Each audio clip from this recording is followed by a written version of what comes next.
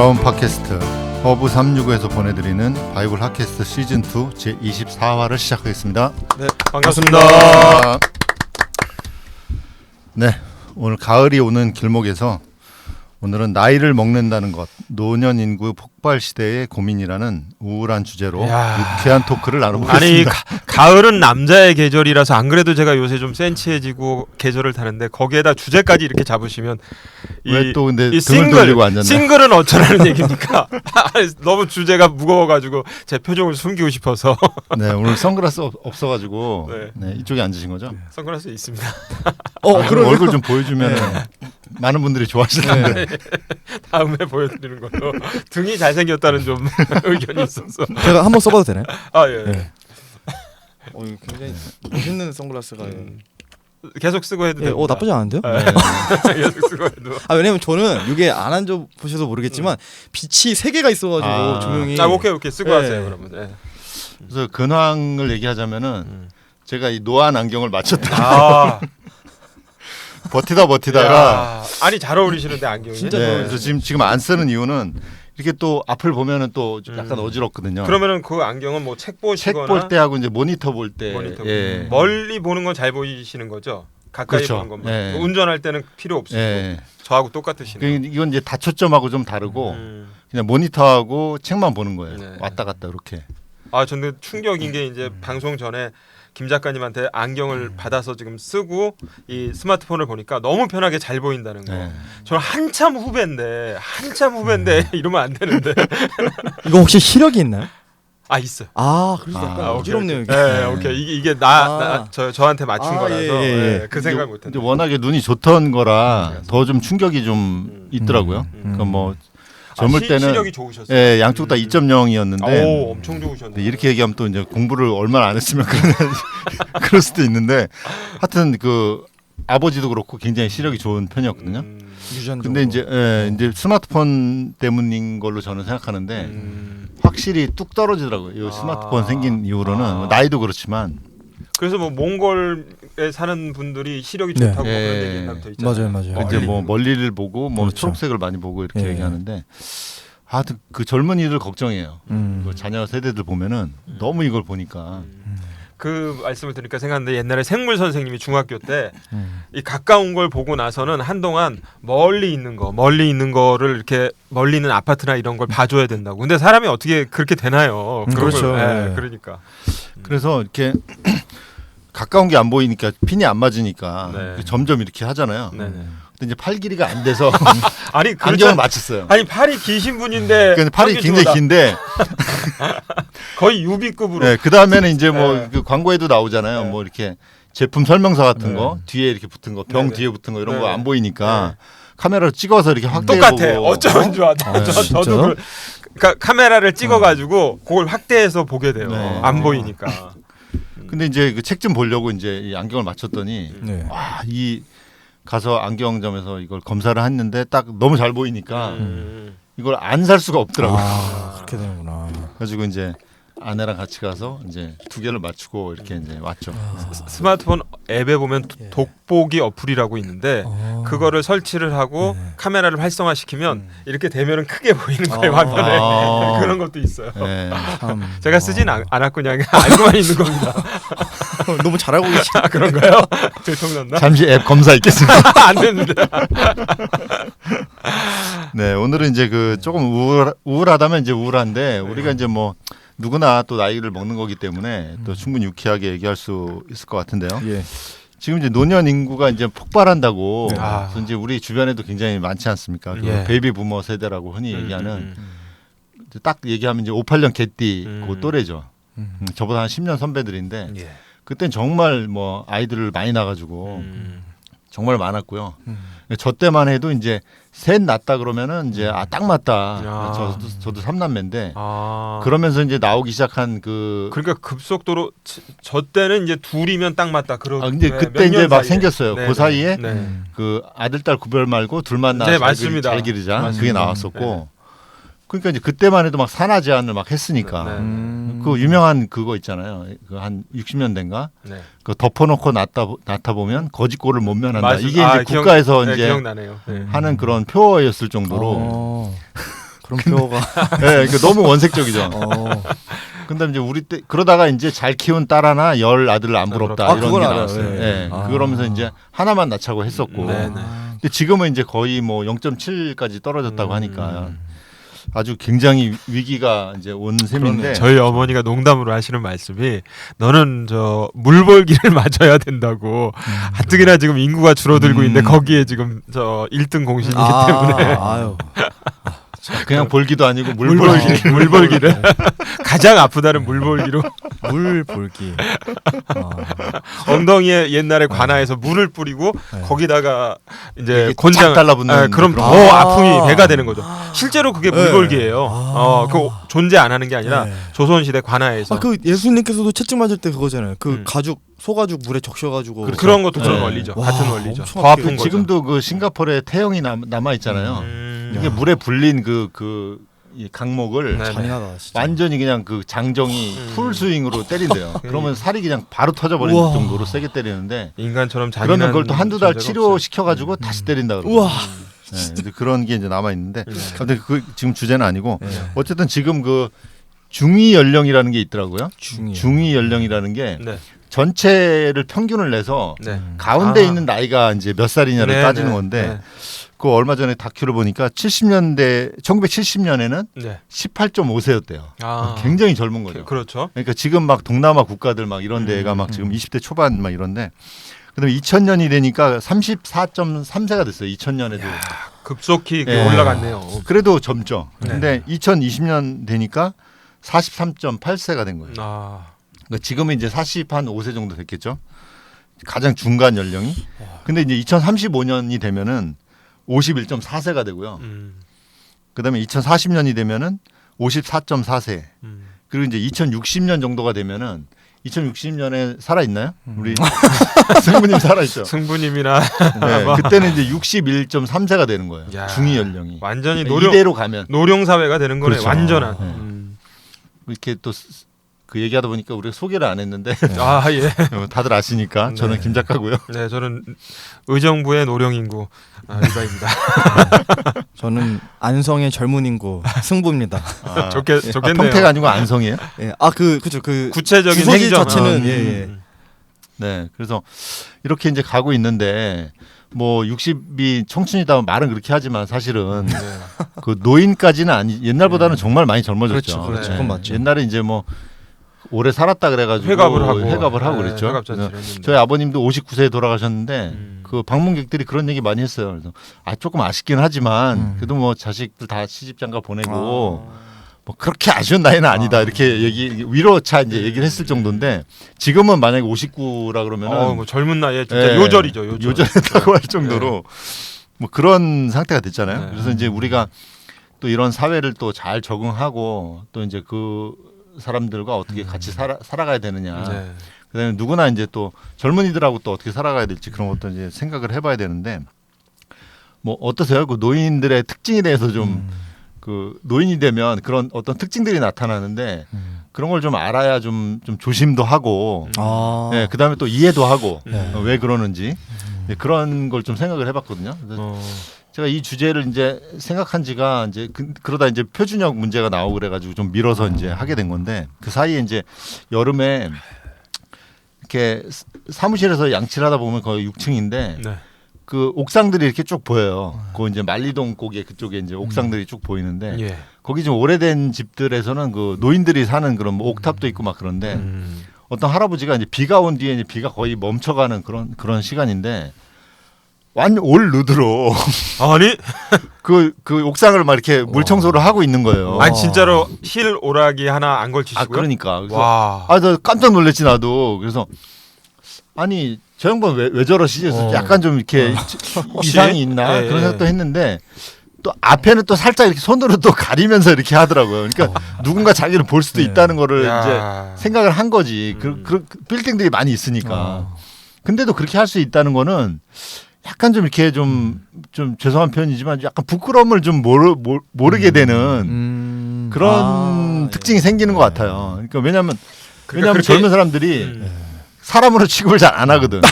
아니, 막말로. 어느 노인한테 전 그 어르신한테 들은 얘기인데 우리는 그냥 길 가도 그냥 이렇게 투명 인간 취급하니까 젊은 사람들 입장에 그렇게 보인다. 젊은 사람 우리를 그렇게 보니까 진짜. 옷 같은 거 막 이렇게 골라서 살 필요도 없다고 뭐 그런 자조적인 얘기를 이제 하시는 뭐 거 외모에 듣고. 신경 쓸 필요도 별로 예, 없고. 그러다 보니까 아니 노인 하나가 뭐 여자도 아니고 남자가 잠깐 나와서 이거 뭐 빚을 하고 들어가는데 뭐 본들 어떻고 뭐 이렇게 생각하시는 것 같더라고요. 그래서 그걸 보면서 좀 씁쓸하면서도 나는 저러지 말아야지. 실제로 뭐 저기 자전거 도로에서 제가 운동을 가끔 하는데 보면은 이제 할머니들은 사실 불가능한 거고 할아버지들은 그냥 저 잔디밭 가에 가가지고 볼일을 보시는데 그게 이제 지금 작가님 말씀하신 그런 관점으로도 이해가 될 수 있고 또 이제 생리적으로 오래 참을 수 맞아요. 예, 예. 그렇게 따지면 이해도 되긴 그렇죠. 하더라고요. 그러니까 내 말이 그 말인데 이제 그런 어떤 젊은 사람들이 워낙 취급을 안 해주다 보니까 예. 존재감에 대해서 그렇게 생각을 하니까 그런 행동이 나올 수 있는 거고 진짜 그런 것도 맞아요. 그런 것도 저도 나이가 드니까 네네. 점점 이게 빨라지는 거야. 느끼시죠? 예. 저는 느끼지 않는다고 말하고 싶습니다. 그래서 나이가 됐으면 예. 운동이 필요하고 네네. 예, 그런 것 같아요. 예. 하여튼. 그런 식으로 좀 서로 좀 이렇게 이해를 해야 되는데 근데 이제 그렇게 이해만 하기에는 조금 또 이제 지하철이나 이런 데서 보면 또 그런 노인들의 그런 행동이나 이런 게 조금 이렇게 좀 과할 때가 있잖아요. 그럴 뭐 이렇게 때도 뭐 있죠. 양말을 벗는다든지 그런 분도 있고 이제 모르는 사람끼리 얘기도 잘 하시잖아요. 그다음에 이제 자리가 나면은 이제 뭐 막 돌진하고 막 이런 게 있으니까 얼마 전에도 이제 좀 시끄러워가지고 이렇게 보니까 예. 자리가 이렇게 막 분주한 상태에서 났는데 어떤 젊은이가 앉으려 그랬는데 아마 그분이 먼저 가서 완전 노인은 아닌데 어떤 그 아주머니가 가서 이렇게 인터셉트를 했나 봐요. 그 젊은이가 이제 이쪽으로 이렇게 오면서 막 뭐라고 하는 거예요. 그 남자 청년이 막 그런 이제 불만을 막 얘기를 하니까 그 아주머니가 민망해가지고 앉으시라 그러면서 벌떡 일어나가지고 옆에 서서 끝까지 서서 가시더라고요. 네, 그러니까 이제 본인은 그냥 이렇게 생각 없이 행동을 했는데 예. 웬만한 사람들은 얘기 안 하고 그냥 비켜나는데 그 젊은이가 막 이제 막 원색적으로 얘기를 했죠. 막 너무한다는 식으로 막 얘기를 하니까 되게 민망해하는 그런 상황도 이제 보니까 야 이게 지금 그 젊은이들하고의 갈등이 그냥 이렇게 그냥 뭐 노인 공경이라든지 뭐 서로 존중이라든지 이런 것만으로는 좀 풀리지 않는 그런 게 있을 수 있겠다. 이제 노인을 위한 나라는 없다라는 영화도 있잖아요. 그런 말처럼. 맞아, 맞아. 예. 근데 그걸 이제 영화 내용은 정작 스릴러. 완전 그렇죠. 슬러지. 저는 보진 않았는데 그 네, 제목 보진 않았죠. 자체가 이제 그래서 패러디도 많이 나왔죠. 뭐 근데, 여자를 위한 나라. 근데 사실 그런 그 메시지도 있긴 해요. 노인들의 발언권이라든가 과거에 가치가 있었던 것들이 지금 젊은이들에겐 대우받지 못한다. 네. 이제 그런 맞아요, 부분도 있죠. 들어 있거든요. 네, 네, 들어 있긴 해. 근데 이제 또 옛날에는 어르신이 타면은 양보도 해드리고 막 했는데 당연한 거였죠, 사실은. 예, 요즘은 뭐 없잖아요. 요새는 거의 없죠. 그런 문화 없어졌습니다. 그리고 오히려 이제 경로석 저쪽에 있는데 왜 이쪽에 와 있나 이런 식으로 그렇죠. 얘기하고 네. 그래서 이제 그런 어떤 사람들은 그런 얘기도 하더라고요. 그러니까 노인을 자꾸만 이렇게 분리해 놓으니까 더 이렇게 간격이 생긴다. 그래서 외국의 어떤 지하철은 경로석이 있긴 있는데 일반석이랑 같이 있는 거예요. 지금 우리는 이렇게 세 개가 떨어져 있잖아요. 그 뭐 그렇게 한 이유도 이제 여러 가지가 있겠지만 오히려 이제 이쪽에다 그냥 그 일반석에다가 붙여놓는 경우도 있고. 네, 그래서 그렇게 좀 자꾸만 그 구분하는 문화도 좀 없어야 된다 그런 얘기를 이렇게 하는데 지금은 다들 이제 스마트폰 본다는 핑계로 노인이 타도 전혀 안 비켜주죠. 네, 그다음에 뭐 자는 척하거나. 그렇죠. 네, 그런 상황이라서 이제 어르신들도 이제 기대를 아예 안 하시는 것 같아요. 그냥. 네, 그냥 경로대석 쪽으로 가든지 옛날엔 뭐 그냥 버스 타자마자 저를 딱 지목하면서 저기 젊은 사람이 있다 그러면서 막 달려오는 분도 있었어요. 너무한데. 80년대 90년대. 와. 그리고 그 젊은이가 안 일어나면 계속 약간 눈치를 줘야 되는. 그게 사실 그치. 거의 당연한 문화인데 네. 지금은 이제는 그렇게 하면은 오히려 이상한. 그렇죠. 근데 그때 당시에 궁금했던 게 저는 그때 살아보지 않았지만 그 약간 자발적으로 하셨어요. 그러니까 그때 그렇죠. 그때는 네. 의례. 제가 그게 궁금했던 게 그러니까 저는 사실 대중교통 거의 안 타서 잘 모르겠지만 그러니까 약간 그게 있는 것 같아요. 요즘 MZ 세대들의 이제 특징 중 하나가 이 개성을 너무 강조하다 보니까 약간 그렇게 양보해 주지 않는 것을 되게 쿨하다고 생각하는 것 같아요. 그거를. 그러니까 이거 되게 나의 멋있는 권리다 거. 이거는. 그렇죠. 그러니까 특히 요즘 세대는 자기 권리를 침해받는 걸 되게 싫어하거든요. 되게. 그러니까 내 영역, 내 공간을 누군가에게 양보해주지 않고 나의 그 지조를 지키는 게 굉장히 쿨하다고 생각하거든요, 사실. 그러니까 모두가 그렇지 MZ 않겠지만. 세대들이 나쁜 마음으로 자리를 양보를 안 한다고 저도 그렇게 생각은 안 해요. 그런 네. 문화와 사고 방식이 변화한 것이지. 그렇죠. 그걸 아주 긍정적으로 아주 긍정적으로라기보다 긍정적으로 생각하면 우리 그 나이 드신 어르신들도 젊은이들과 똑같은 인간으로 대우한다 이렇게 또 생각해 볼 수도 뭐 그걸 어떻게 이해하실지 모르겠지만 아니 이제 그 얘기를 제가 하려고 그랬는데 저도 이제 유튜버를 하고 그렇게 하다 보면 나이 드신 독자분들이 있고 그렇잖아요. 구독자분들이 있고 다른 채널도 그렇고 보면은 요새는 내가 뒤집어 보면 이제 작가님은 이제 그런 부분을 말씀해 주셨는데 그 요즘에 이제 노령 그에 접어든 분들을 보면은 과거에 비해서 90년대 80년대에 비해서 자기 자존감이라든가 주체적인 의식 이런 게 굉장히 강해졌다고 또 볼 수도 있거든요. 새로운 세대의 노령 어떤 인구라고 볼 수도 있는데 그 부분이 더 강조가 됐는데 그래서 뭐 예를 들면은 유튜버들이 나이 드신 구독자분들을 호칭할 때 노인분들 이런 말씀은 되게 싫어해요. 시니어분들. 시니어. 사실 똑같은 그렇지. 말인데 영어인데도 그 어감이 그렇지. 노인이라 불리는 일리가 걸 싫어. 있어요. 네. 굉장히 맞아요, 그게 맞아요. 약간 불물류처럼 우리 시니어 독자분들께서 정말 좋은 의견을 내주셨습니다. 이렇게 말을 해야지 노인분들 이러면 사실 같은 말이긴 한데 같은 진짜. 말인데 굉장히 싫어하는 거예요. 근데요, 그것도 또 싫어하는 분들이 있더라고요. 시니어. 왜냐하면 시니어가 또 그 노인을 지칭하는 말이 돼버리니까 또 싫어하는 거예요. 그렇죠. 그것까지도 네. 아예 안 하는. 그래서 저는 이제 더 그 나가는. 노인들이 네. 가장 시급한 게 이제 그 복음을 들을 기회가 가장 적은 분들이잖아요. 네. 그래서 이제 노인들이 좀 시급하다는 생각에서 제가 이제 그 노인들이 읽는 그 네. 구원 복음서를 내셨죠. 맞아요. 전도하는 내용을 냈는데 그때 출판사랑 제목을 정하면서 저는 처음 생각한 게 뭐냐면은 할아버지 할머니 함께 천국 가요 막 이런 식이었어요.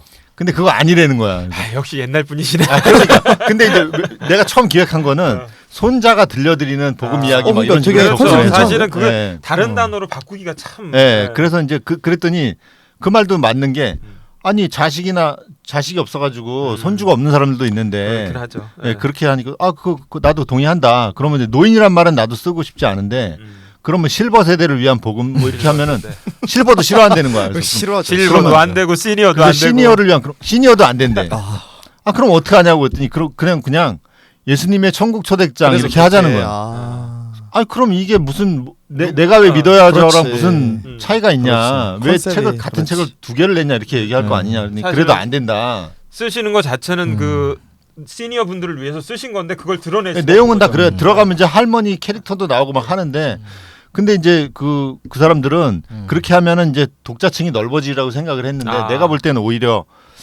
특화가 안 돼서 좀 더 이렇게 어필이 안 맞아. 됐다는 생각이 맞아. 좀 들더라고요. 그러니까 이제 그런 거는 너무 이제 서로 뭐 노인도 싫고 뭐 시니어도 싫고 실버도 싫으면은 뭐 어떻게 하려는 거야? 근데 그게 참 바뀌긴 바뀌었어요. 어르신도 안 되고. 우리 어렸을 때만 해도 할머니 할아버지라고 부른다고 불편해하거나 불쾌하시는 분들 거의 없었잖아요. 네. 근데 지금은 그러니까 굉장히 이 뭐랄까 마음이나 마인드가 영해진 거예요. 젊어져가지고 자기 자신의 연령은 이미 70대 80대가 됐는데도 그렇죠. 계속해서 그런 좀 대우를 받고 싶어하는 욕구가 옛날보다 증가. 문화 자체가 뭐 나이보다 어려 보인다 네. 그런 걸 되게 쳐주고 그렇죠. 동안 문화 이런 거가 생기고 뭐 성형도 하고 해가지고 막 젊어 보이고 막 이런 걸 너무나 이렇게 막 방송에서 하니까 자기가 뒤처지는 거를 좋아할 사람이 맞아요. 누가 있겠냐고. 그런 것도 당연히 그런 생각이 들겠죠.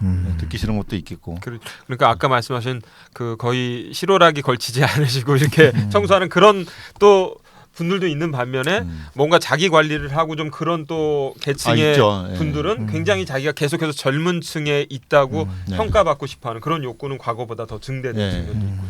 네. 근데 이제 그 누구나 자기 나이에 어울리게 행동하지 않으면 네. 조금 또 이렇게 좀 뭐 사실은 막말로 좀 꼴불견이다 네. 이런 소리를 들을 수 있거든요. 그러니까 이제 나이가 들었는데도 불구하고 너무 이렇게 그 젊은 쪽에 가서 놀려고 한다든지 막 이러면은 그것도 그렇게 좋은 모습은 아닌 것 같아요. 뭐 그 젊어지려는 것은 좋은데 네, 좀 적당히 이렇게 하는 게 좋을 것 그렇죠. 같고. 뭐든지 지나치면은 네. 네. 그런 부분들은 있습니다. 그래서 아무튼 그 예전에도 그 버스에서도 그렇게 이제 했는데 네. 그 당시에도 그런 어르신들은 있었어요. 그러니까 자리를 양보하려고 그러면은 그때만 해도 저도 이제 막 노량진에서 그 학원 다니면서 뭐 한 4, 50분을 차를 타고 가고 그때는 뭐 에어컨이 있나 뭐 아무것도 없을 때인데 네. 그래도 뭐 다 양보하고 이렇게 했는데 그러면은 이제 그 어르신 중에는 아유 학생들이 요즘 더 힘들어 젊은이들이 더 힘들어 그러면서 앉으라 그러고 그리고 그런 또 사람도 있어요. 자리 양보해드리면 가방은 꼭 저기 그러니까. 달라고 그래서 네. 이렇게 하시고 그런 근데 분들 요새는 가방을 받아준다 그래도 싫어하는 시대니까. 그렇죠 사실은. 왜 내 가방을 왜? 그렇죠. 왜 남의 손에 내 가방 이게 네. 너무 개인화가 되다 그렇죠. 보니까 네. 그 코로나를 지나면서 더 더 심해지고. 심해졌죠. 더 심해졌죠. 여하튼 그 MZ 세대 아까 뭐 얘기를 했지만 그 어느 출판사 가가지고 이제 그 담당자랑 얘기를 하다 보니까 요즘에는 MZ 세대랑 일하는 게 네. 그분도 이제 50대 초반이에요. 조금 이제 그 조심할 일이 많이 있다 이렇게 얘기를 하면서 참 요즘 그 떠도는 그 유머 중에 MZ 세대의 3요가 있다. 삼요요. 네, 그래서 이제 일을 시키면은 아. 이걸요 이렇게 한번 물어본다는 거야. 이제 바로 하는 게 아니라. 네네네. 그래서 다시 설명을 하면은 제가요 이렇게 다시 물어본다는 거예요. 그 일은 알겠는데 그럼 그걸 왜 내가 해야 되냐 이렇게 물어보고. 그래서 이제 그렇다고 네가 하는 거다 그러면은 왜요 이렇게 물어본대. 그래서 그게 3요라는 거예요. 이제 그런 얘기를 하면서 뭐 딱 부러지고 저도 그랬어요. 저도 젊을 때는 자꾸 뭐 이렇게 다른 부서 일 시키거나 이러면은 내가 그 일 하러 왔냐 나는 이 일 하러 왔는데 이렇게 얘기도 했던 근데 그때는 또 그때 어르신들은 제가 젊을 때 어르신들은 그냥 회사 들어오면은 그냥 여기저기 일 다 하는 건데 막 이렇게 생각을 했는데 내가 그렇게 하니까 좀 당황하시는 모습을 나도 봤기 때문에 그렇겠죠. 충분히 이해를 하죠. 근데 네. 그 출판사 그 사람이 또 무슨 얘기를 하냐면은 근데 요즘 MZ 세대들이 일은 진짜 잘한대. 그건 맞죠. 네, 너무 똑똑하고 진짜 맞아. 영리하게 시킨 일을 하여튼 잘한대. 네, 아. 그래서 어느 정도 이렇게 공부도 하고 그런 친구들 이렇게 보면은 자기 그 전공을 이렇게 해서 살려가지고 너무 일을 잘하는 거는 자기가 인정을 한다. 어쨌든 그 문화가 그렇게 이제 달라졌다는 거죠. 그러니까 저도 그 얘기 하려고 그랬는데, 그러니까 우리나라 중소기업 같은 경우에도, 그러니까 중소기업 안 된 그러니까 소기업 같은 경우만 하더라도 한 사람이 사실 되게 많은 일을 해야 되거든요. 어쩔 수 없이 구조적으로. 그렇겠죠. 근데 이게 사실 기업 성장에는 그렇게 큰 도움이 되지 않다는 거죠. 예를 들어 제가 어디 입사하면 좋은 결과물이 나오기에는 한 사람이 전문적으로 파지 그렇죠. 않고 여러 가지 일을 한다는 그러니까 거죠. 제가 디자이너로 들어왔으면 이 직무에 맞는 거를 해야 되는데 맞아요. 제가 예를 들어 저기 가가지고 택배도 포장하고 있고 막 전 실제로 그런 적이 있어가지고 근데 이제 이러면 이 분산되기 때문에 제 포지션을 정확하게 픽스가 안 돼 있잖아요. 그러면 저조차도 사실 제가 어떠한 포지션인지 못 깨닫는 거예요. 그러면 자기 개발에 있어서도 되게 뒤처지고 이런 게 정작 많이 잘해야 돼요. 될 업무를 잘 못하게 되는 그런 그렇죠. 일이 생기고. 그러니까 사실 이제 아까 말씀하신 3요가 되게 좀 와닿는 게 이게 진짜 저도 경험이 있어가지고 저희 직원애들한테 시켜보니까 근데 그게 맞는 것 같아요. 그 확실히 더 도움되고 만약에 그렇게 해서 게으르면 모르겠는데 게으르진 또 않거든요. 본인이 딱 주어진 일은 엄청 완성도 있게 끝내는 걸 제가 보고 그게 기업 성장에 있어서는 굉장히 좋다. 근데 물론 약간 폐해도 좀 있겠죠. 인간미가 아무래도. 좀 없죠. 네, 인간미가 좀 네. 없죠 아무래도. 네. 그러니까 이제 예를 들어서 퇴근 시간을 보고서 이제 눈치 봐가지고 이제 톡도 보내거든요. 맞아요. 그 이제 그 생명의 말씀사 같은 경우는 5시에 퇴근이에요. 8시에 시작을 해가지고 그러면 5시 넘어서 보내면은 조금 이렇게 이제 좀 신경이 쓰이죠. 아무래도. 그렇죠. 아무래도. 근데 이제 답을 하는 친구가 있고 답을 안 하는 친구가 있어요. 칼처럼 다음날 출근해서 그럼 그냥 계속 일자가 남아 있다가 알겠다. 다음날 답이 오는 아. 거죠. 이제. 왜 내가 거래처 사람이랑 이거를 왜 내가 톡을 계속 해야 되나 하는 생각. 그것도 당연히 또 일리가 있고. 그렇죠. 사실은 네. 그것도 일리가 있는 거죠. 네. 근데 이제 뭐 그렇다고 뭐 밤중에 보낸 것도 아닌데 1, 20분 넘은 것까지도 너무 그러는 거는 조금 이제 서로 좀 하여튼 그러니까 거의 그 옛날에는 그 출판사도 가가지고 뭐 거기 그 책이 나오면은 같이 뭐 이렇게 파티도 하고 네. 가족적인 맞아. 네, 가서 맞아요. 이제 그 네. 부서에 내가 뭐 간식도 사가고 막 이랬는데 요즘에 그런 문화가 거의 없어요. 왜냐하면 이제 밖에서 다 카메라 보고서 이제 들어오는 사람도 정하고 물론 이제 하자 그러면 안 할 건 아닌데 얘기를 별로 하죠. 안 좋아하죠. 네. 젊은이들이 그 눈치껏 행동을 해야 되는 거예요. 눈치껏. 문화가 많이 바뀌었네요. 네, 그런 식으로 바뀌니까 편한 것도 있지만 뭐 조금 이제 좀 그런 정 같은 거는 좀 이제 없어지는 그런 추세고. 네. 근데 하여튼 그 꼰대가 되지 않기 위해서 이 중년 이후로는 노력을 많이 해야 되는 것 같더라고요. 네. 그러니까요. 정말 젊은이들이 어떻게 사고 방식이 네. 바뀌었나 이런 것도 좀 이렇게 자기 자신이 습득하고 알아볼 필요도 있고. 근데 그 아까도 얘기했지만 저도 지금 50대 뭐 중반이 되고 좀 있으면 또 이제 나이가 먹을 텐데 근데 옛날에는 그렇게 굉장히 그 시대의 MZ 세대 같은 사람들도 네. 나이를 먹으면 꼰대가 되거든요. 네. 되게 유교적이 되고 네. 되게 막 아우 뭐 젊은이들 요즘 젊은 애들 버릇없다 이렇게 얘기도 많이 하게 될 수밖에 없는데 그거는 뭐 고대 동굴에도 있다면서요. 뭐 요즘 애들 버릇없다고. 네. 낙서가 돼 있다며.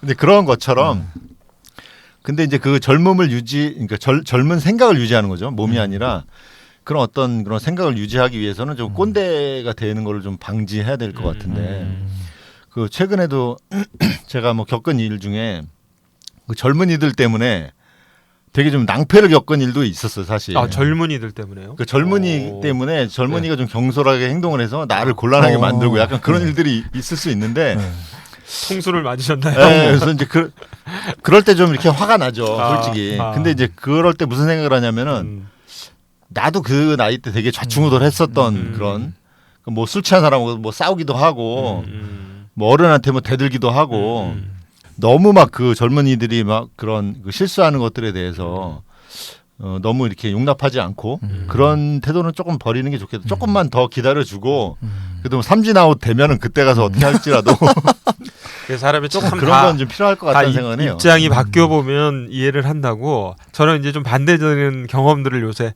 어쨌든 저도 이제 저희 어머니가 자꾸 방송에서 나이 얘기하지 말라고. 네. 하여튼 작가님보다 한참 젊지만 한참이라고. 근데 그 젊은이들이 보면은 그냥 같은 저기로 보는데 또 이렇게 그러니까 이미 적지 않은 나이가 됐잖아요. 그러니까 이제 어느 곳에 가서 뭐 사무적인 일을 본다던가 뭐 저는 사실 제가 혼자 스스로 하는 일이고 접촉점이 별로 없어도 되는 일이긴 하지만 그래도 뭐 어디 가서 뭔가를 알아보고 이런 일이 간혹 있는데 그러면 이제 거기에 뭐 끼케야 젊은 그 일을 담당하는 분들이 뭐 20대 30대일 거 아니에요. 그러면 뭐가 하여튼 의견이 조율이 잘 안 돼서 약간 좀 제 입장에서 너무 좀 단호하고 좀 적극적으로 해석하면 이거 무례한 거 아닌가 그런 느낌을 받을 때가 있을 수도 있죠. 뭐 오해가 됐든 뭐가 됐든. 그럴 때 작가님처럼 저도 20대 때는 나이 드신 분들의 어떤 그 꼰대 기질에 대해서 굉장히 부당하다, 잘못됐다 해서 좀 어떻게 보면 적극적으로 하던 입장이었어요, 솔직히. 지금 생각하면 왜 그렇게 그랬나 하는 생각이 드는데 반대 입장에 대해서 그거를 해보니까 한 20살은 차이 나는 젊은이들이 강하게 자기 주장하고 뭐 거의 동일한 입장에서 나이 관념을 벗어나서 의견 개진을 하는 걸 내가 받아보니까 사실은 그걸 당연한 거거든요. 같은 그렇죠. 성의 입장에서 똑같이 생각을 해줘야 되는데 저도 이게 꼰대 기질이 있어서 그런지 한국 사회에서 성장해서 나이가 들어서 그런지 그게 있어요. 와, 나이 차이가 20살 나는데 스스로 생각해 보는 거죠. 과거에 내가 이게 불합리하다고 사회적인 잘못된 거라고 항거했던 20대 시절에 그걸 생각해 보면 이해 못할 것도 없는데 또 과거에 내가 그렇게 했을 때 상대방의 50대 60대 나이 든 선배들은 이런 감정이었겠구나 황당하고 당혹스럽고 이게 두 개가 다 이해가 되더라고요. 이제는. 그렇죠. 네. 그래서 사람은 참 좀 입장을 바꿔서 생각해 볼 필요가 있다. 서로 각자의 입장을 조금만 생각해 보면 이해 못할 것도 없는데 아무튼 나이 든 분들도 이제는 과거의 그런 분들이 아니라 적극적으로 자기 자신의 삶을 좀 찾아가고 개성을 찾아가고 뭐 예를 들자면 요새는 뭐 가수들 팬덤 활동도 굉장히 50대 60대 분들이 활발하게 하기도 하고 뭐 옛날에는 그 윤사마 배용준 그 문화가 90년대였나요? 그렇죠. 그때만 해도 우리나라가 굉장히 충격이었잖아요. 뭐 40대 50대 일본 아주머니들이 막 우리나라까지 와가지고 하나고 왜 저래? 저게 무슨 일이야? 근데 이제는 그게 전혀 우리나라도 어색하지 않은 그런 사회가 근데 됐어요. 또 그분들이 또 구매력이 있으니까. 엄청나죠. 그게 또 굉장히 메리트가 되는 거죠. 그래서 그런 뭐 다들 아시겠지만 그 트로트 가수들 50대부터 60대, 70대 아주머니들의 사랑을 받고 있는 그 가수들의 영향력이라는 게 왜냐하면 제일 구매력이 있는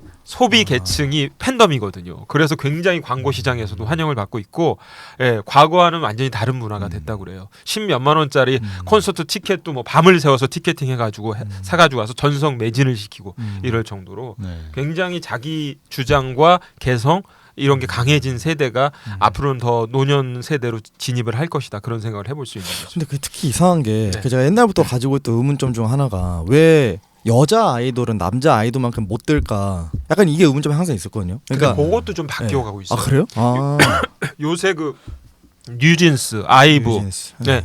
이런 걸그룹들이 네. 그러니까 최신 트렌드는 작년부터 올해까지의 트렌드가 걸그룹 대세거든요. 아하. 그래서 4세대 걸그룹이라고 하죠. 뉴진스, 아이브, 르세라핌. 압니까? 저 손님? 뉴진스 빼고 다 처음 들어봐. 이 뉴진스가 가장 네. 선두주자인 건 뉴진스는 알아요. 맞는데 네. 뉴진스, 아이브, 르세라핌 이렇게 대형 기획사 소속인데 과거에는 지금 말씀하신 대로 그 뭐랄까 그 남자 보이 그룹들은 조금 더 인기가 있고 수명이 맞아요. 길고 그랬던 것 같아요. 예, 그래서 여자 걸그룹들은 잠깐 네. 치고 빠지는 그런 느낌이다. 맞아요. 쉽게 바뀌고. 예, 그래서 네. 인기도 얻는데 한계가 있고 행사 위주로 돌리다가 한 몇 년 그렇게 하다가 이제 인기가 떨어지면 또 다음. 근데 요새는 블랙핑크 이후에 그게 확 바뀌었다고 해요. 아하. 블랙핑크는 지금도 인기가 있고 세계 탑이잖아요.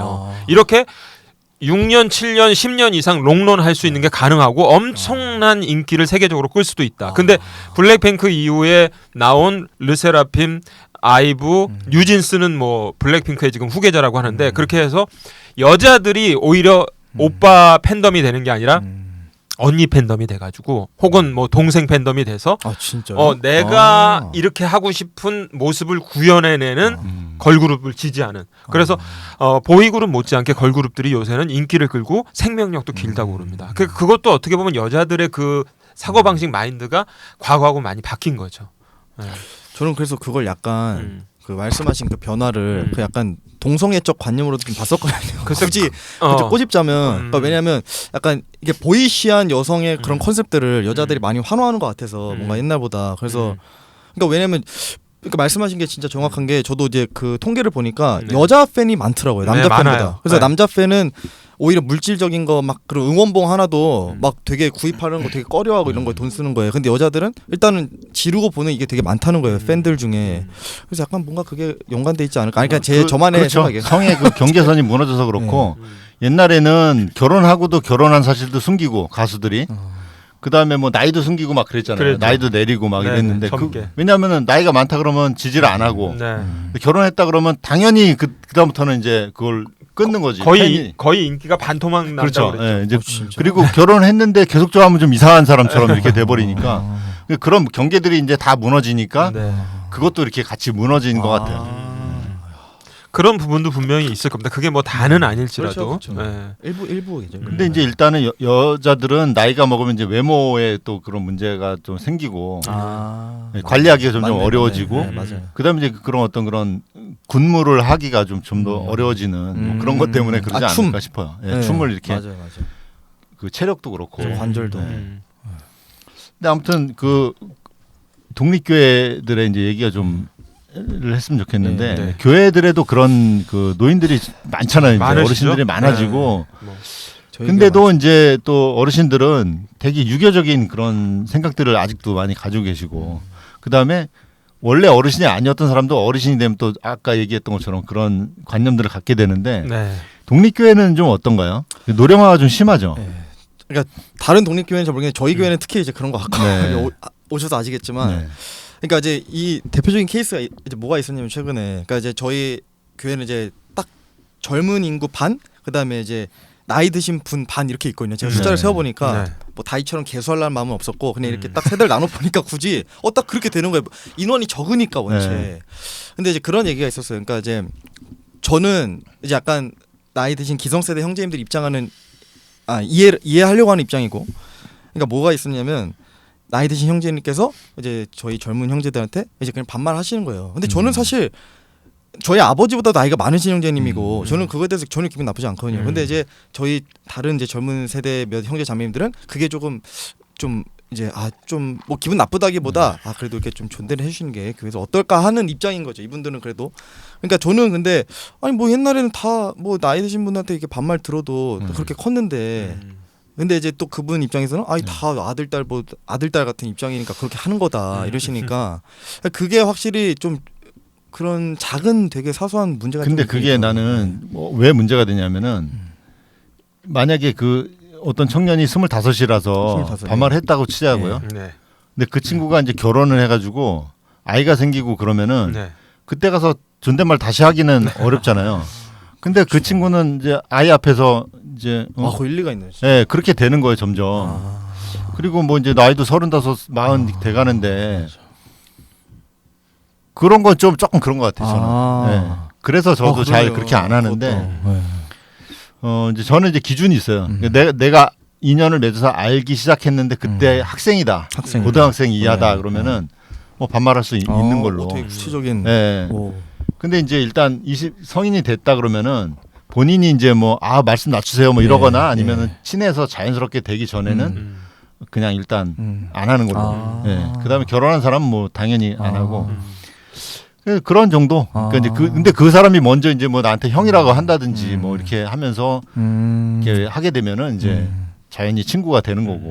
근데 확실히 그게 있는 것 같아요. 그러니까 제가 형님도 제가 서울침략이 처음에 몇 번 이렇게 이제 뵀을 때도 제가 그때 분명히 형님 저한테 말 편히 하세요라고 제가 분명히 얘기를 했었었는데. 못 들은 것 같은데. 저는 그런 기억이 있었거든요. 근데 그때도 이렇게 근데 지나가면서 한 마디는 할 수 있는데 그 진심이면 이제 계속 하게 되고 이제 이렇게 되는데 그런 것도 있죠. 근데 이제 또 뿐만 아니라 제가 다른 아는 어떤 형제님들도 이게 되게 저한테 반말을 죽어도 안 하시는 분들을 있었는데 근데 그런 분들을 보면 되게 뭔가 제가 괜히 더 조심하게 되고 약간 그런 게 좀 있더라고요. 확실히 제 입장에서도. 그러니까 지금 듣고 보니까 생각났어요. 그게. 아니 이제 왜냐하면 아기도 있지. 그다음에 와이프는 또 나이도 또 많이 차이 나고 오히려 나이가 많으시니까 뭐 그런 동급이니까 이제 그 다음부터는 형제님은 그 와이프랑 동급이기 때문에 왜냐면 들으면 기분 나쁠 거 아니에요. 뭐 예를 들어서 형제님보다 뭐 3-4살 많은 사람이 갑자기 반말을 하면은 그 와이프가 더 많으시니까 들으면은 이제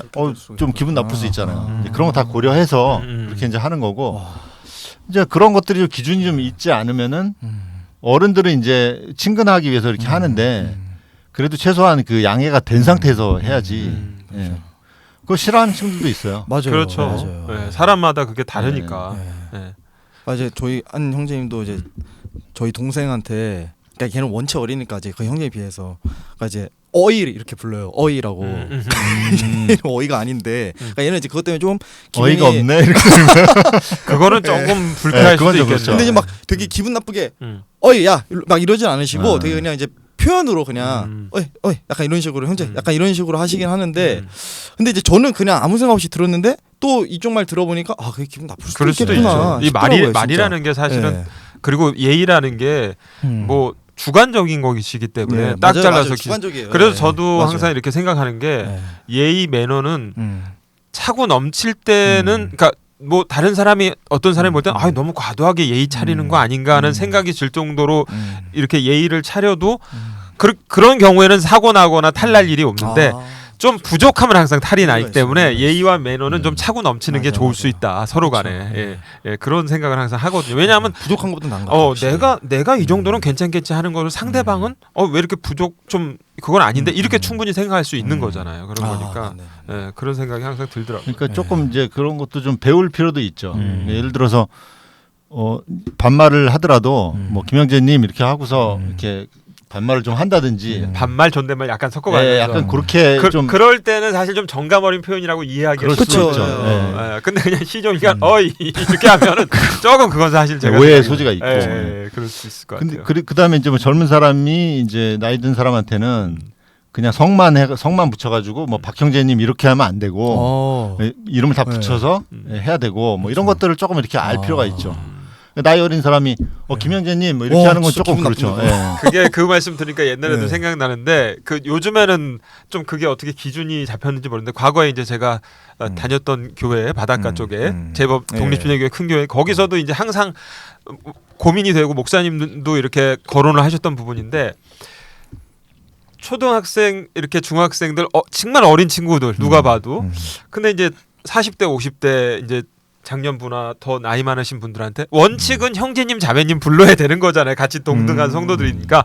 근데 그렇게 부르기도 뭐하고. 그러니까 호칭이 마땅한 게 없어요. 그러니까 어려워요. 기성교회에서는 뭐 집사님 이런 대부분 그런 부분이 있잖아요. 근데 이 독립침례교회에서는 어차피 사실은 공식적인 명칭은 다 형제님 자매님인데 어린 아이들이 25살, 30살 차이 나는 장년부 형제 자매님들한테 자매님, 형제님 부르는 게 이게 뭔가 좀 사실은 한국 문화에서는 어색한 건데 다른 어떤 명칭적인 호칭의 대안이 없으니까. 뭐 그거는 자꾸 하다 보면은 네. 되긴 돼요. 그러니까 저희 승아도 그냥 자매님들을 해요. 그렇죠. 자매님들. 근데 네. 이제 그게 되게 어색해하는 분들도 혹여 있으니까 그쵸, 사실 그런 고민들이 익숙하지 되는. 않으면 진짜 어렵긴 할 것 같아요. 이제 그런 경우가 있었잖아요. 그러니까 다른 교회에서 목회하고 은퇴하신 분이 왔는데 계속 사모님이라고 불러달라라든지. 그렇죠. 그런 것도 그런 있어요. 일들이 있어가지고 그 자매님이라는 말을 들으면 되게 이게 적응이 안 되는 거예요. 기성교회 다니던 기성교회 목회자 사모님이. 맞아. 사실 그렇게 따지면 참 목사님에 대한 호칭도 애매한 측면이 있어요. 이제 제가 과거에 이제 제가 다니던 교회에서는 이제 그거를 그렇게 목사님이 미국 독립침례교회의 예라든가 이런 걸 해서 이제 나름대로 기준을 세우셨는데 본인하고 이제 나이가 같은 동년배 뭐 그보다 나이가 많으신 형제님들까지는 김형제 얼마든지 그렇게 불러도 좋다. 그리고 이제 나이가 좀 어린 성도님들은 편하게 호칭을 하되 목사님 이렇게 호칭을 하는 게 한국 문화에선 적절한 거 아니겠느냐. 그렇죠. 문화적으로. 네. 근데 사실은 그런다고 해서 나이 많은 형제님들이 목사님한테 김형제님 뭐 이런 식으로 호칭하시는 분들은 거의 없었던 것 같아요. 다 목사님으로 부르지. 근데 어떤 분들이 좀 도발적으로 그런 분들이 있을 수 있겠죠. 근데 뭐 제가 아는 분 중에는 그게 뭐 불법은 아니니까 그 나이 많은 분한테도 뭐 김형제님, 뭐 박형제님 이렇게 성만 붙이는 분도 있어요. 그건 제가 기준에서 말씀드린 거고 뭐 그런 분이 잘못됐다는 건 아닌데 어쨌든 듣기에 조금 그럴 수 있다는 거죠. 좀 예의를 차리는 분들은 그렇게 잘 안 하죠. 근데 이제 그런 어떤 동등하다는 그런 인식이 많은 분들은 그걸 타파해야 된다는 그런 취지에서라도 더 그렇게 이제 하는 경우가 사실 있고. 성경을 비추어 보면 그게 맞긴 하죠. 동등한 그렇죠. 영어에는 뭐 저기가 없으니까. 그렇죠. 사실 영어 문화를 더 도입한다고 하면 더더욱 그런데 한국 문화라는 또 특성이 있는 거니까 존중을 해야죠. 그래서 뭐 호칭 문제는 뭐 그렇게 좀 그 성경에도 분명히 그 유로 돼 있지만 주님으로 번역하고 그러잖아요.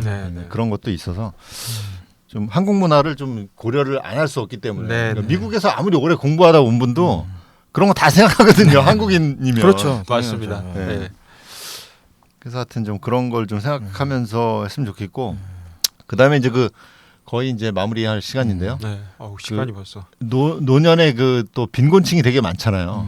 이런 문제도 참 그게 어렵다. 아까 참 무슨 얘기 한다 그랬죠. 아니 그거보다도 이제 그 얘기도 할 건데 제가 어제 비가 왔잖아요. 며칠 전에 왔나? 근데 이제 제가 사는 아파트 그 앞쪽에 제가 있는 방 앞쪽에 이제 식당이 하나 있는데 고깃집이 거기 이제 뭐 이렇게 포장도 많이 하고 그래가지고 박스가 많이 쌓여 있는데 비가 추적추적 내리는데 할머니 한 분이 그걸 이제 막 접어서 그 리어커에 싣고 계시는 모습이 참 그게 어떻게 보면 그분의 주 수입원이 되는 거잖아요. 그렇죠. 그런 부분들이 상당히 노인 빈곤 문제가 보통 일은 아니다 그런 생각이 들고 뭐 어쨌든 과거보다는 그 노령연금이라는 게 생겨서 사실 젊은이들이 보기엔 얼마 안 되는 액수 같지만 그게 노인분들한테는 엄청나게 크고 그 노령연금을 받는 날짜가 되면 은행마다 창구마다 노인분들이 밀려들어서 그거를 빨리 밀렸던 어떤 그 부분을 해결하기 위해서 외상값이나 이런 걸 해결하기 위해서 그날 바로 은행으로 달려가가지고 그걸 받아가지고 처리하시는 분들이 굉장히 많아서 노령연금 타는 날이면 각 은행마다 그 나이 드신 분들이 많이 몰려든다. 그런 진풍경도. 왜냐하면 폐지도 지금 막 남아 돌아가지고 값을 점점 싸게 쳐준다는 거예요. 그게 뭐 몇 년 전하고는 거의 반값이 돼버렸는데. 그다음에 이제 거기에 이제 습기 같은 게 있어서 그걸 또 빼는 그런 요율을 더 높이고 해가지고 더 싸게 한다는 거예요. 그래서 지금 막 이렇게 끌기도 힘들 정도로 막 그 리어카에 쌓아가지고 가면은 그런 분들이 있어요. 약 5,000원, 5,000원도 안 된다는 거예요. 그러니까 얼마나 그 한 장 줍는 게 진짜 여러 개를 주워야 되는 그런 건데 너무 힘든 분들이 많다는 거죠. 사실 뭐 10만이니 20만이니 그런 얘기들이 있는데 파악조차 안 되고 있는 거죠. 그래서 근데 하여튼. 우리 리바이님도 그래서 저는 빨리 수입을 좀 땡겨야 이제 그동안 만회한다고. 만회하고 저 같은 경우에는 무조건 70까지는 예, 그래서 이제 뭐 지금 하는 일 같은 경우에도 이제 그렇게 한다는 뭐 다른 일도 준비하고 있지만 그런 생각을 하는데 뭐 계획대로 될지 모르겠지만은 뭐 지금 이 정도도 감사하죠. 감사하고 너무 뭐 감사한데 어머님 또 어느 정도 쓰실 만큼 하고 생활비 하고도 약간 저축하고 그런 정도가 되니까 근데 사실은 뒤에 뭐 저는 연금도 없고 뭐 이런저런 게 없는 상황이기 때문에 실시까지는 무조건 현역에서 최소한 일하고 지금보다 더 수입을 늘려야 된다 그런 생각을 갖고 있을 정도로 뭐 그런데 뭐 근데 아무튼 그 연금이나 이런 거 얘기해도 참 논란이 많잖아. 이게 참 민감한 뜨거운 감자라 사실 이 공무원 연금과 국민연금의 어떤 차등적인 부분 때문에 또 사실은 근데 또 공무원분들이 들으면 굉장히 민감해질 수 있는 부분이고 그러니까 우리나라의 어떤 소득 수준이나 이런 거에 비해서 공무원 연금은 너무 정비가 잘 돼 있고 사실 그것도 많이 박근혜 정부 때 좀 어떻게 보면 현실화된 측면이 있지만 아직도 멀었다고 주장하시는 분들도 많고 근데 일반 우리 서민들의 국민연금은 훨씬 거기에 못 미치고 또 그것도 지금 국민연금 나중에 고갈되는 거 아니냐 그런 걱정하시는 분들도 있고 하여튼 우리나라의 어떤 소득 수준에 비해서 노인들의 어떤 노후 생활의 보장이나 이런 것들이 굉장히 미비한 부분이 굉장히 많다. 우리 사회가 그런 부분에 너무 취약하다. 그런 얘기들을 많이 되고 있죠. 그래서 뭐 저는 말씀하시죠. 저는 또 연금에 대해 잠깐 뭐 얘기를 했는데 연금이 펜션이잖아요. 그래서 이제 펜션이라는 말이 연금 받아가지고 놀러 다닌다 그래서 생긴 그런 말인데 숙박시설이 국민연금으로는 그게 안 된다. 아유 불가능하죠. 정말 뭐 국민연금을 가장 많이 타시는 소수의 정말 상위 계층이라면 모를까. 그런데 그만큼 그 사람들은 부었다는 얘기이기 그렇죠. 때문에 마찬가지죠. 그래서 오늘 하여튼 더 하실 얘기 있으면. 그래서 이제 그 말씀에 하나만 그 저희 어머니가 운동 다니시는 데서 이제 그 교감 선생님으로 퇴직하신 분이 있는데 그분은 너무 여유롭게 그냥 사시고 근데 그분 이제 은퇴한 교사들 모임이 있는데 거기서 한 달에 뭐 두세 번씩 막 여행을 다니시는 분들이 있대요. 교사 부부.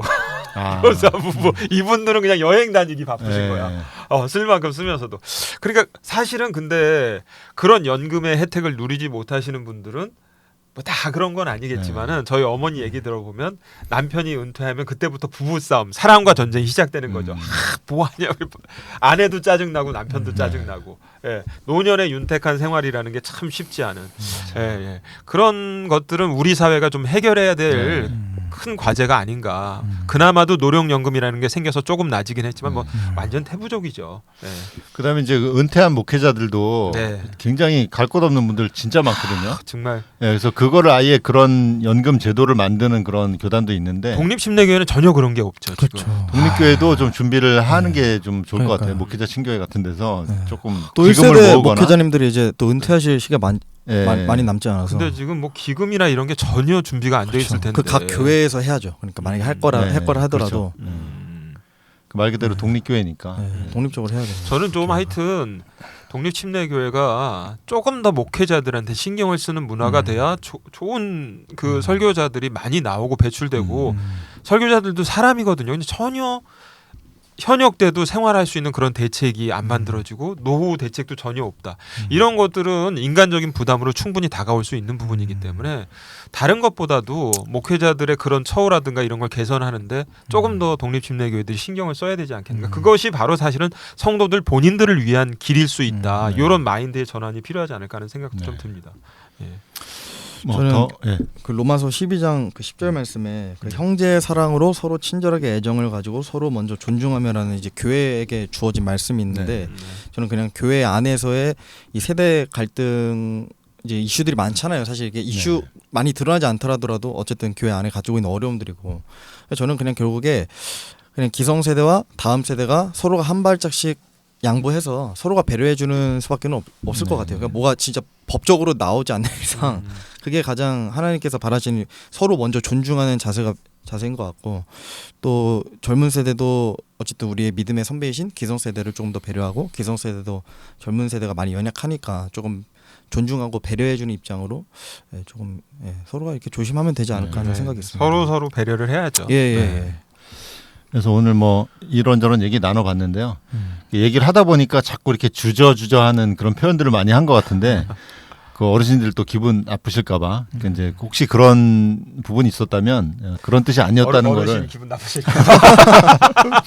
네, 우리 들으시는 분 중에 어르신들 좀 양해를 해주셨으면 좋겠고요. 네. 아무튼 우리가 뭐 함께 이렇게 서로를 배려하는 그런 문화를 좀 만들어가면서 또 사회적인 그런 책임도 다 할 수 있는 그런 문화가 좀 됐으면 좋겠어요. 그 우리가 크리스천들이 앞장서서 나갔으면 좋겠다는 생각을 하면서 24화 이렇게 마치겠습니다. 예, 수고하셨습니다. 네, 수고하셨습니다.